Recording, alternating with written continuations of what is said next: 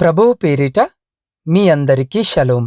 ఈరోజు దేవుని వాగ్దానము. చెవియొగ్గి నా యొద్దకు రండి, మీరు వినిన ఎడల మీరు బ్రతుకుదురు. నేను మీతో నిత్య నిబంధన చేసెదను. దావీదునకు చూపిన శాశ్వత కృపను మీకు చూపుదును. యెషయా గ్రంథం 55వ అధ్యాయం 3వ వచనం. ప్రియ సహోదరి సహోదరులారా, ఈరోజు ఈ వాక్యము వినుచున్న మీ అందరికీ మన ప్రియ రక్షకుడైన యేసు క్రీస్తు నామమున ఈ నూతన దినపు శుభములను వందనములను తెలియజేయుచున్నాను. ప్రియులారా, ఈరోజు ఈ వాక్యము వినుచున్న మిమ్మల్ని తెగుళ్ల మధ్య మిమ్మల్ని భద్రముగా కాపాడుతానని మీ పట్ల ప్రభువు సెలవిచ్చున్నాడు. పరిశుద్ధ లేఖన భాగములను మనము గమనించినట్లయితే, చెవియొగ్గి నా యొద్దకు రండి, మీరు వినిన ఎడల మీరు బ్రతుకుదురు. నేను మీతో నిత్య నిబంధన చేసెదను. దావీదునకు చూపిన శాశ్వత కృపను మీకు చూపుదును. మరియు నా ఉపదేశమును అంగీకరించువాడు సురక్షితముగా నివసించును. వాడు కీడు వచ్చునన్న భయము లేక నెమ్మదిగా నుండును అన్న వచనముల ప్రకారం, ప్రియులారా, దేవుని ఉపదేశమును అంగీకరించినప్పుడు మీరెటువంటి కీడు వచ్చునన్న భయము లేకుండా నెమ్మదిగా ఉంటారు. ప్రియులారా, ఇక్కడ బైబిల్ జ్ఞానము గురించి మాట్లాడుతుంది. ఈ జ్ఞానం యేసు క్రీస్తు ప్రభు తప్ప మరెవరో కాదు. మనము దేవుని స్వరము విన్నప్పుడు మనము సురక్షితముగా జీవిస్తాం. మరి ఎటువంటి హాని జరగదు, ఏ కీడు మిమ్మల్ని తాకదు. మరి కష్టాల్లో కూడా మీరు అలాగే నిర్భయముగా ఉంటారు. మనము భూమిలో ఉన్నంత కాలము మనకు కష్టాలు ఉంటాయి, కాని వాటన్నిటి మధ్యలో ఆయన మనకు శాంతి మరియు నెమ్మదిని ఇంకను జయమును కలుగజేస్తాడు.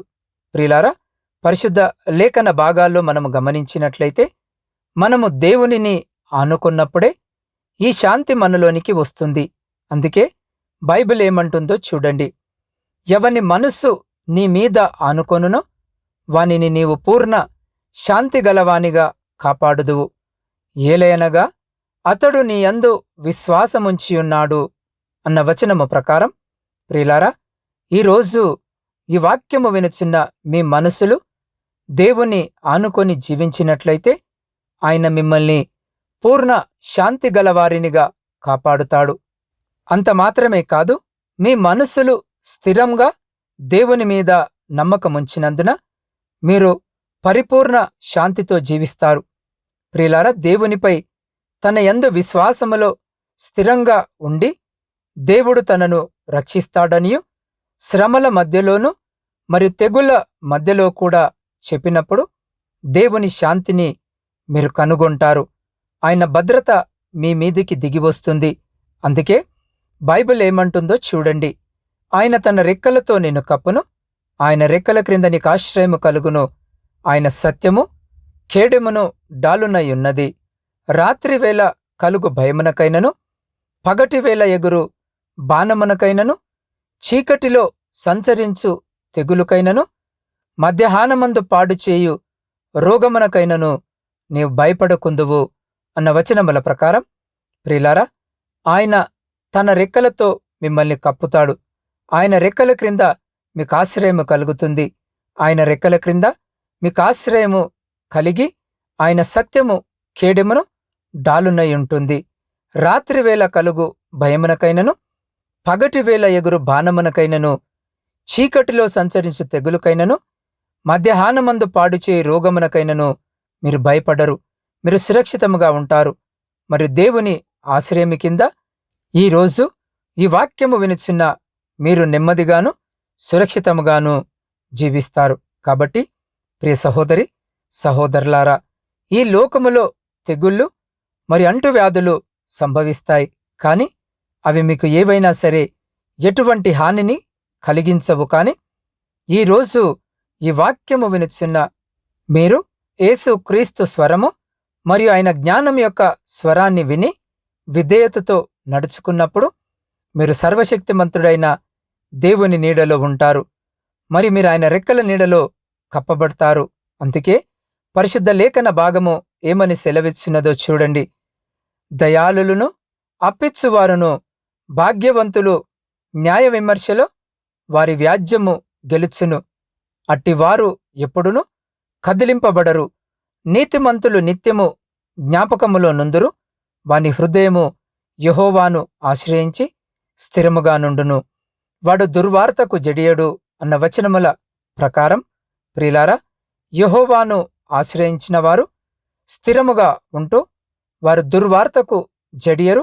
మీ హృదయములు యెహోవాను నమ్ముకొని స్థిరముగా ఉంటాయి. ప్రియ సహోదరి సహోదరులారా, ఈరోజు ఈ వాక్యము వినుచున్న మీరు వార్తల్లో లేదా మీ చుట్టూ చెడు కార్యాలు జరుగుచున్నవని విన్నప్పటికీ మీ హృదయము నెమ్మదిగా ఉంటుంది. ఈరోజు మనము ఎన్నో ఇబ్బందులను ఎదుర్కొంటున్నాం. ప్రియులారా, మన దేశములో మళ్ళీ కరోనా వార్తలు వస్తున్నాయి. కానీ మనము ధైర్యముగా ఉంటామని దేవుడు సెలవిస్తున్నాడు. ఎందుకంటే మనము యథార్థముగా ఉన్నప్పుడు మనకెటువంటి భయము ఉండదు. ఈరోజు ఈ వాక్యము వినుచున్న మీరు కూడా దేవుని వాక్యము నుండి జ్ఞానం యొక్క స్వరాన్ని వినాలి, మరియు యథార్థంగా నడుచుకోవాలి. అప్పుడు మీరు మరణము యొక్క ఛాయల గుండా నడిచినప్పటికీ ప్రియులారా, మీరు కరోనా దుర్వార్తకు మరి ఎటువంటి కీడుకు భయపడవలసిన అవసరము లేదు.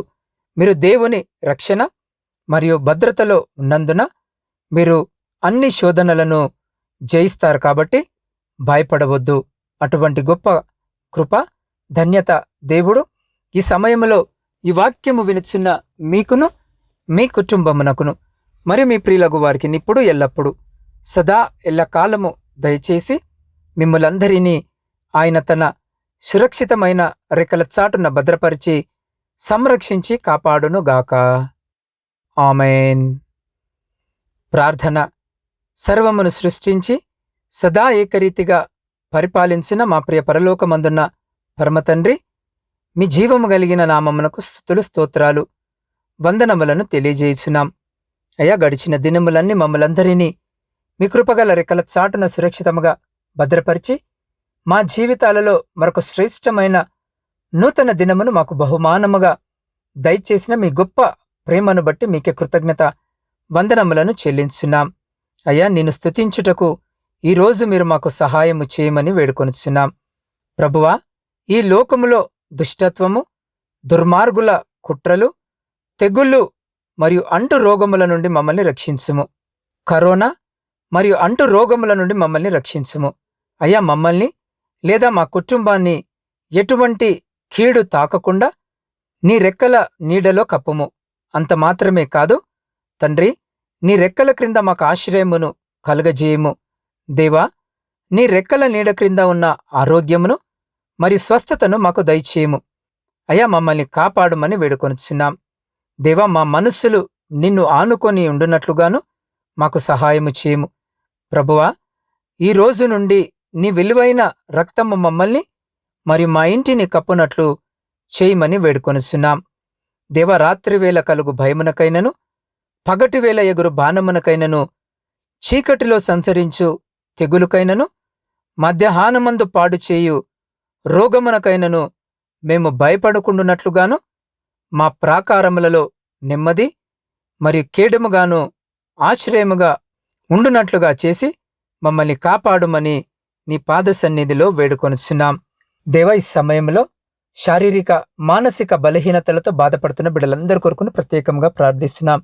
అయ్యా, దినాన బిడ్డలందరినీ జ్ఞాపకము చేసుకొని మీ పరిశుద్ధమైన హస్తముతో తాకి సంపూర్ణ స్వస్థతను బిడ్డలకు దయచేయమని వేడుకొనుచున్నాం.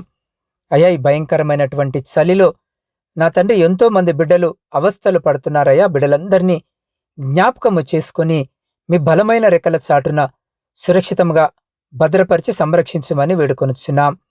దేవా, ఈ సమయంలో ఈ ప్రార్థనలో ఏకీభవిస్తున్న ప్రతి బిడ్డను జ్ఞాపకము చేసుకోండి నాయనా. అయా, ప్రతి బిడ్డ యొక్క హృదయవాంఛను ఎరిగిన దేవుడవు అంటున్నావు. దేవా, ఈ దినాన ఏ బిడ్డ ఈ అక్కర ఈ అవసరత చేత నా తండ్రి మీ పాద సన్నిధిలో మోకరించి మీ వైపు చూస్తూ వారి ప్రార్థన మనవులను మీ పాద సన్నిధిలో పెట్టుచున్నారో, ఆకాశమందు ఆసీనుడవైన గొప్ప తండ్రి వారి ప్రతి ప్రార్థన మనవిని ఆలకించి వారి జీవితాలలో కుటుంబాలలో ఉన్నటువంటి ప్రతి విధమైనటువంటి శ్రమ, దుఃఖము, ఆయాసము, ఆందోళన, అనారోగ్యము, లేమిని తీసివేసి మీ ఆకాశపు వాకిన్లను విప్పి మీ సమృద్ధికరమైనటువంటి దీవెన ఆశీర్వాదాల చేత బిడ్డల జీవితాలను, కుటుంబాలను దీవించి, ఆశీర్వదించి, తృప్తిపరిచి, మీ కృపలో భద్రపరుచుకొని ముందుకు నడిపించమని సమస్త స్తుతి, ఘనత, మహిమ మీకే చెల్లించు మా రక్షకుడును మీ ప్రియకుమారుడైన యేసు క్రీస్తు శక్తి కలిగిన నామమున ప్రార్థించి అడిగి పొందుకొని ఉన్నాము తండ్రి. ఆమేన్.